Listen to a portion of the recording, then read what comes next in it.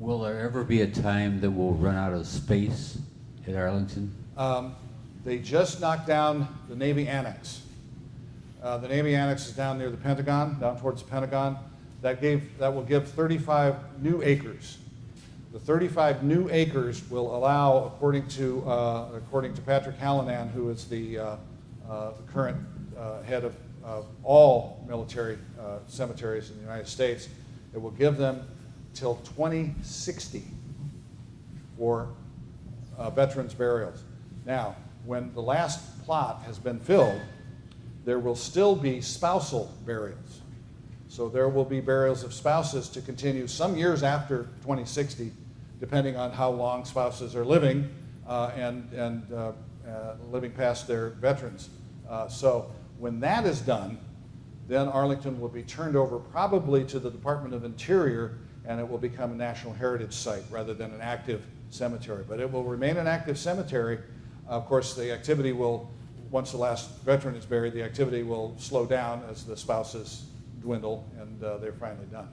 So, but until 2060, veteran burials will continue in Arlington based on projections of filling that last 35 acres. Yes, sir. I assume you're not from Muskegon. Anyway. I'm from I grew up in Iowa and I live in Colorado Springs. Well, anyway, General Kearney, who for years I didn't even know who he was, but he was the GAR chapter in Muskegon, Civil War veterans, right? The Phil Kearney chapter, and we have a small park in Muskegon with a statue of General Kearney. It's not as grand as that horse. Is it similar? Is it similar? Is it an equestrian? Is it an equestrian statue? I don't think so. Oh, I can't say offhand, but it's a pretty sizable statue, and of course people drive by it, and probably most people say, "Who the hell was Phil Kearney?" It's nice to know that he's also in Arlington. Yes, there are only two equestrian statues. One is Sir John Dill, and one is Phil Kearney. My question is, what qualifications are there for people being buried there? My neighbors in Florida are buried there. He was an Air Force veteran, evidently, and his wife are both buried there.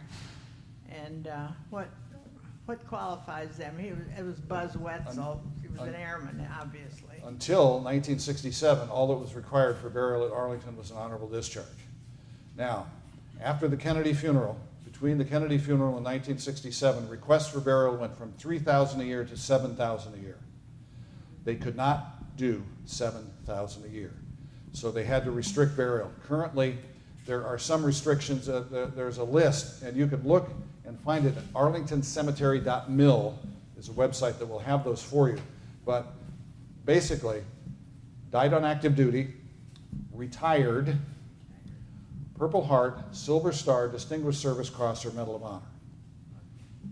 And then certain percents of disability are required for some, and of course spouses follow their veteran and do not need qualification on their own. I don't know what Buzz had, but I don't have a question, but you're rarely see a salute like you just did.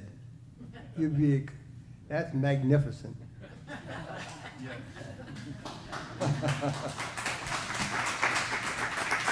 The right way. Yeah. Yes, ma'am. Sir, I've been to the cemetery, and my memory fails me, but where Abraham Lincoln and his wife are buried, it's kind of, there's a round thing around the grave. But are the children buried there also? Lincoln is buried in Springfield, Illinois. Oh, okay. But what have they got there at Arlington? They got some kind of or am I in the wrong place? Springfield has some statues. It's a fairly large monument to Lincoln, but it is in Springfield. And of course, there was an attempt to steal his body in, I believe, 1876 or 77. That was unsuccessful because 2 of the 5 plotters were undercover. So they figured that out pretty quickly. But no, I think Willie is buried there. I think Thomas Tad Lincoln, and I think Eddie is buried with him. Robert Todd is buried in Arlington and not buried with his father. Thank you. Yes, got it. I need one here. I was just wondering about the design of the We'll get you. cross, it's not the cross, the design that they have on so many of the grave sites at Arlington and at many of the other military centers. There are now 56 different religious symbols that are acceptable by the Veterans Affairs and Department of the Army for almost any religion, any sect you can think of. Okay, but I'm thinking of the, you know, the Oh, the shape. shape. Okay, the government issue headstones. You can have a private headstone. It must be within certain size limits. But the GI headstone is 4 inches thick, 42 inches tall, and 13 inches wide. And that is standard. Now, those 42 inches, some of that 42 inches extends into the ground, so they're not actually 42 inches above the ground. But that has been standard. The marble headstone became the standard in 1872 when Congress realized that these wooden planks that they were painting and repainting were going to be it was going to be labor intensive to keep those up. It was about a 5-year cycle that they had to repaint those wooden standards, and so they experimented with iron. They settled on marble in 1872, and Congress authorized that. And they retrofitted, of course, all of those wooden ones were retrofitted with marble headstones. This gentleman has a question. My wife is buried at Arlington in Section 37, near the Crook Walk. I'd like to comment about a couple of things. Do you have a microphone so we can hear you? Closer. Closer. I mentioned my wife is buried at Arlington in Section 37, and near Crook Walk, down the hill from the unknowns. I'd like to make a couple of comments. Near the mast of the main, there's a memorial to some of the guys that we had aboard the ship Forstall at Section 46. Right. And we didn't recover them. We lost 134 people one day at Vietnam. Right. And you mentioned about Todd Lincoln. Right. He was signing the deed for Custis on the day that Custis received $150,000 to sign over Arlington. And it's kind of unusual or kind of odd Right. that happened. March of 1883. Yeah. I can't tell what day, but March of 1883. I go to Arlington twice a year, and it's a pretty moving experience. It's hardly able to go there without seeing a funeral in progress. And of course, sometimes there are several of them. It's 25 to 30 every Okay. day, Monday through Friday. Yeah. 6 to 8 on Saturday. Yeah. None on Sundays. Yeah, it's interesting to go to Meg's burial area. There are a bunch of other Megs right around it. That family served our country a very long time. Yes. And there are several generals there next to his monument. But I thank you very much for your discussion about Arlington. I'm not so sure that many people understand what Arlington means to the country. And some people actually go to Washington and don't go there to see Arlington. And it's kind of strange, I think. But thank you very much. Any school group, I think, should be required to go to Arlington. If they're going to the District of Columbia to visit, Arlington should be their first stop to see the. There used to be a Friedmans Village there used to be a Freedman's Village. Yes, it was down towards the Pentagon, Yeah, and it down was towards the it Pentagon. had as many as 1,500 freed slaves there Yes. that came north. It was considered a much healthier environment than over in the district because the rates of disease were much lower in Freedman's Village. Right, yeah. And of the 3,800 civilians and citizens, those are free blacks and escaped slaves.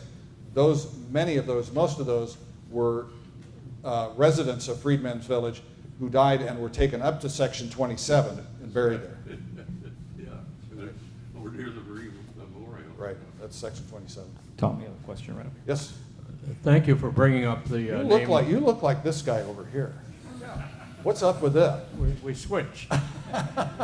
Thank you for bringing up the name of a local person, Matt Urban from Holland, Michigan.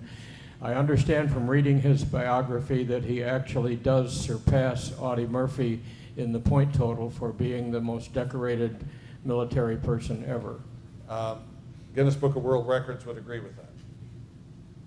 And I had a friend and if anybody knows anybody from the Ellens family, Gordon Ellens was on my relief in 1969.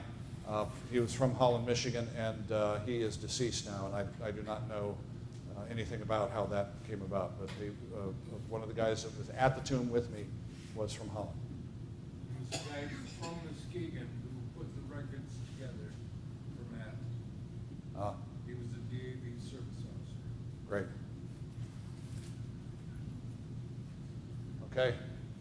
One more. How are the sites assigned? Who determines where people go, ordinary guys that are not related to any kind of national tragedy? I can't give you specifics. I will say that when I was in the cemetery in 2014, I was just out taking photographs, and a lady came by and she stopped and she said, "How do I get to this section?" And her father had deceased, and he had been an officer, and she was looking at a map that had certain sections that were color-coded where she could select to have her father buried. So, if you choose a GI headstone, then you cannot be buried if you choose a private headstone, you cannot be buried in the GI sections. The GI headstone sections are strictly those headstones. And now, of course, you go into section 60, there are officers enlisted side by side. Didn't used to be that way. But the details of who assigns grave sites, there is some selection by next of kin, especially in this situation, he was a colonel, her father was a colonel. I don't know if that extends to enlisted. I do know that enlisted, as of 2009, get full honors funerals just like officers do. After legislation was passed to grant those, yes. If you have a relative in a particular section, you can request burial there, but it doesn't necessarily. No, you're not going to get it necessarily. And I'm guessing that Lee Marvin requested burial next to Joe Louis, and got it. But I don't know the backstory on that, exactly how that came about. Yes. Tom, right back here. Tom, Yes, ma'am. can you hear me? Yes. What were your thoughts as you marched back and forth? Anything and everything. Really? The girl in the miniskirt. Oh. No, the first 4 months, and I think every sentinel will tell you that there was a sort of a magic thing that occurred at 4 months. The first 4 months, you are totally obsessed with the 12 different things you could do wrong with this hand, with this elbow, going this way, this way, this way, this way, up this way, down this way. There are probably 80 things that you were thinking about. Am I pulled back here? Is my elbow flush with the back? Is my forearm parallel to the ground? Am I twisted this way? Am I pulled up? That totally occupies you. After about 4 months, then you kind of get into, it's almost like a mantra which frees your mind, and you can think you can go anywhere. I mean, it was pretty amazing. Where you're at. But but when you're learning and when you're new and before you get to be automatic and your muscle memory is there, that you are thinking about all the little things that you could be doing wrong, basically, and trying to correct them if you can feel them or you can sense them.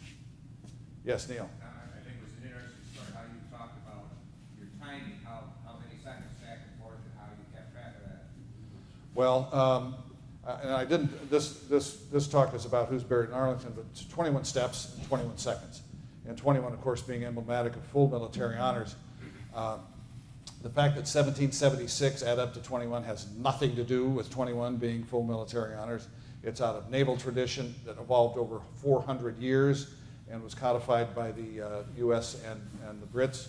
The 21 gun salute in the 1870s was agreed upon as the full military honor salute. Now the volleys at the gravesite, the 3 volleys, the volleys were originally, could be any number of weapons, but the volley was important, the 3 count. And in the Civil War, after you had cleared the dead from the field, you shot 3 volleys to indicate that we were done. And we could start again if you, if you so desired. If you wanted to start killing each other again, we could.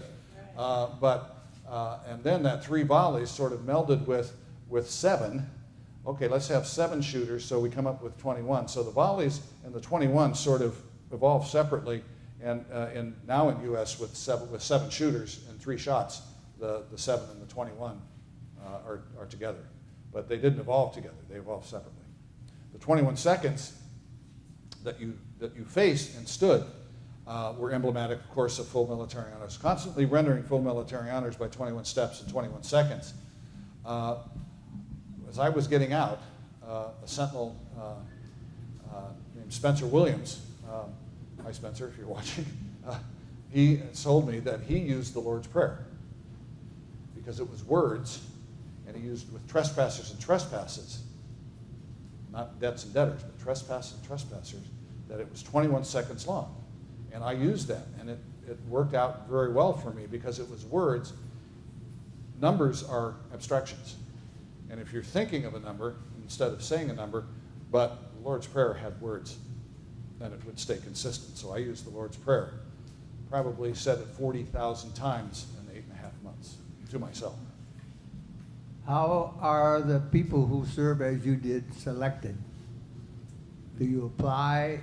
Are they selected? The There's path- got to be an elimination process. The path to the tomb has changed over the years.